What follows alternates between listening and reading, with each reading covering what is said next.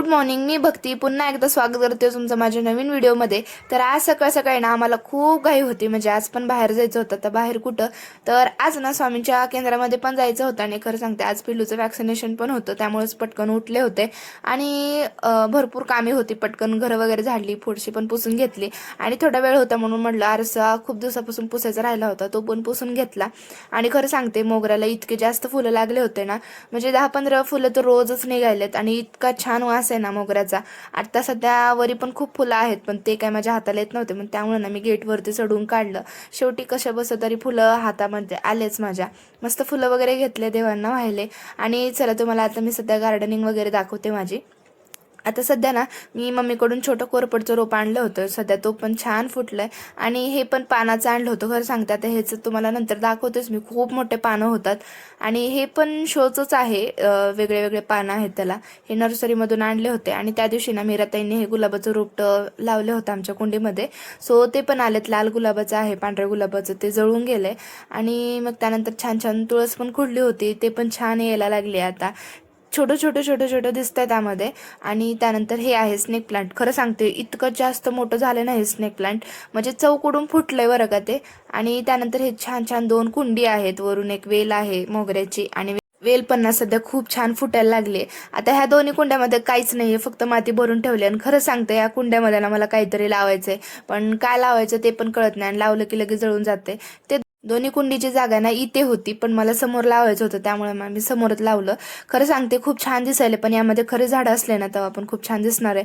आणि खाली पण थोडीफार झाडं आहेत. त्यानंतर देवांना वगैरे फुलं घालून घेतले. आणि मस्त छान छान तयार झाले. छान छान तयार होऊन आम्ही आज जाणार होतो केंद्रामध्ये, तुम्हाला अगोदर सांगितले मी. तर चला आज ना तुम्हाला आमच्या गावचं धरण पण दाखवते. खरं सांगते इतकं मोठं धरण आहे आणि खूप जास्त पाणी होतं. आणि आज आमच्यासोबत मीराताई आणि मनीषा काकू पण होत्या, म्हणजेच पाटलीन काकू होत्या. आणि मस्त समर्थला त्यांनी खेळवत होत्या. आणि केंद्रातून आल्या आम्हाला वॅक्सिनेशनला पण जायचंय. या दोघी पुढे बसल्या होत्या आणि आम्ही तिघी मागे बसलो होतो, कारण त्यांना जागा मागे पुढे पुरतच नव्हती. आणि आमच्या गावामध्ये केंद्र नाहीये म्हणून दुसऱ्या गावी आहे, तिथं आलो होतो. आता अगोदर सगळ्यात अगोदर आम्ही पाया वगैरे धुतलो. आणि लातूरमधलं पण केंद्र खूप मोठं आहे, स्टार्टिंगलाच पाया धुवायचं आहे, तिथं काही नळाला वगैरे जायची गरज नाहीये. आणि इथं म्हणजे नळ आहेत प्रत्येकाला, म्हणजे 10-15 अशी लाईन आहे नळाची. मग पटकन पाया वगैरे धुवून घेतलं. आणि खरं सांगते इथं पण खूप जास्त गर्दी होती. आम्ही 8-8:30 वाजता तिथून निघालो होतो आणि 10-10:30 वाजेपर्यंत इथं पोहोचलो होतो. 10:30 वाजता आरती होती. आणि मग त्यानंतर ना सगळ्यांनी प्रदक्षिणा मारल्या, म्हणजे म्हणजे जे उमऱ्याचं झाड असतं ना तिथं 11 फेरी वगैरे मारून घेतल्या. आणि मला माळ पण घ्यायची होती, पण इथं काही दुकान वगैरे नव्हतं, त्यामुळे असो. आणि खरं सांगते आत इतकं छान आहे ना.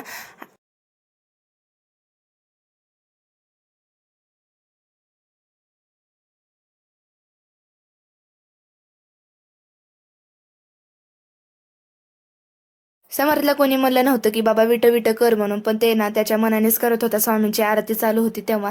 आणि खरं सांगते येत आता इतके छान छान नर्सरी होते. आमच्या घरातले कुंडे ना सगळे इथूनच घेतलेत, झाडं पण इथूनच घेतलं.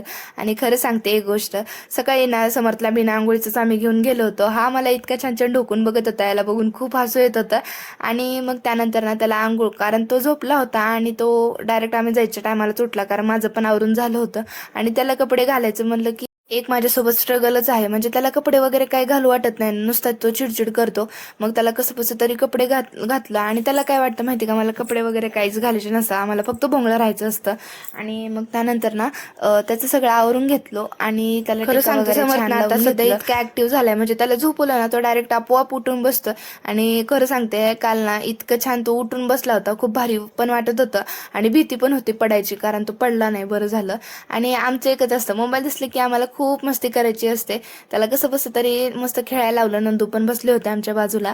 आणि तो ना रागाला आला की असं काही रुसतो, म्हणजे एकदम पालता पडून ना त्याला इतकं रुसायचं असतं. मग कसं बसं तरी ना त्याला खेळायला लावलं. आणि घरची थोडीफार कामं होती पटकन ती करून घेतली. नंदू पण इथं बसली होती. आता सगळ्यात अगोदर ना समोरचे जे रोज लेवायचे कपडे आहेत ते मला आवरायचे होते. आता मी ना त्याच्या कपाटामध्ये एक कप्पाच केले, रेग्युलरचे रोज कपडे त्यामध्ये ठेवायचे, आणि जे त्याला येत आहेत सध्या ते पण कडला काढून ठेवले. रुमाल वगैरे जे वरी लागतात ना तेच ठेवलं, कारण समोरचे पप्पा जेव्हा त्याच्या कपाटाला गेले ना तेव्हा त्यांना काही गोष्टी सापडतच नाही, त्यामुळे पटकन नीटनेटकं करून ठेवले.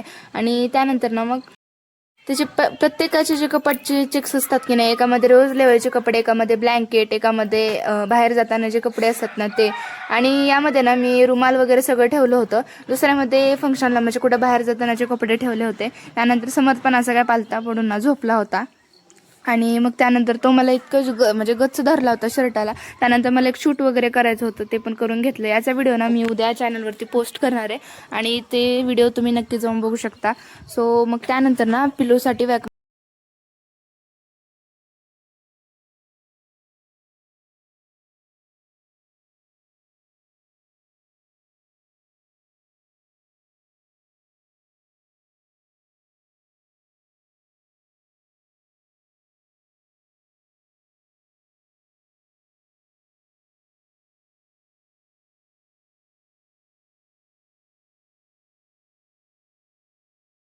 तिथे ना आम्ही फर्स्ट स्टार्टिंगलाच गेलो होतो, म्हणजे पहिलं आम्हीच होतो तिथे. आणि तिथे गेल्यानंतर ना एकदम छोटं बाळ पण होतं.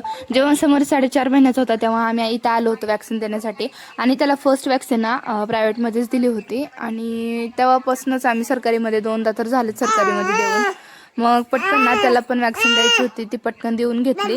आता समोरच्या पप्पांना ना खूप वाईट वाटत होतं, आणि त्यांनी कसं बसं तरी हा व्हिडिओ शूट केलाय. आणि खरं सांगते, तो इतका जास्त रडत होता ना, एकदा तर माझ्या रडत रडतच चेहऱ्याला बघितला, आणि खूप जास्त वाईट वाटत होतं. पण वॅक्सिन पण देणं खूप गरजेचं होतं. आणि त्याला वॅक्सिन दिल्यानंतर ना संध्याकाळी थोडी ताप आली होती, पण त्याला ना त्यांनी गोळी दिली होती छोटी. ती गोळी दिल्यानंतर त्याची ताप वगैरे काय आहे ते कमी झाली होती. आणि त्यांना मी विचारत होते की सकाळी आंघोळ वगैरे घातलं तर चलतं का म्हणून, ताप नसेल तर. त्यांनी सांगितलं की 1 दिवस नाही घातलं तर काही हरकत नाही.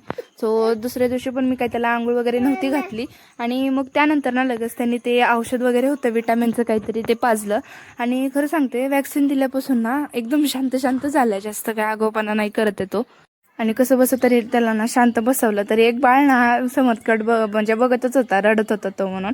आणि पटकन ना सगळं झाल्यानंतर मग आम्ही घराकडे निघालो. सो असेच व्हिडिओ बघण्यासाठी नक्की चॅनलला सबस्क्राईब करा. त्यानंतर उन्हातून घरी आलो होतो, त्यामुळे लस्सी वगैरे पिली, आणि मस्त सनसेट व्ह्यू असा एन्जॉय केला. तर चला भेटू पुढच्या ब्लॉगमध्ये. व्हिडिओ थोडा वेगळाच आला.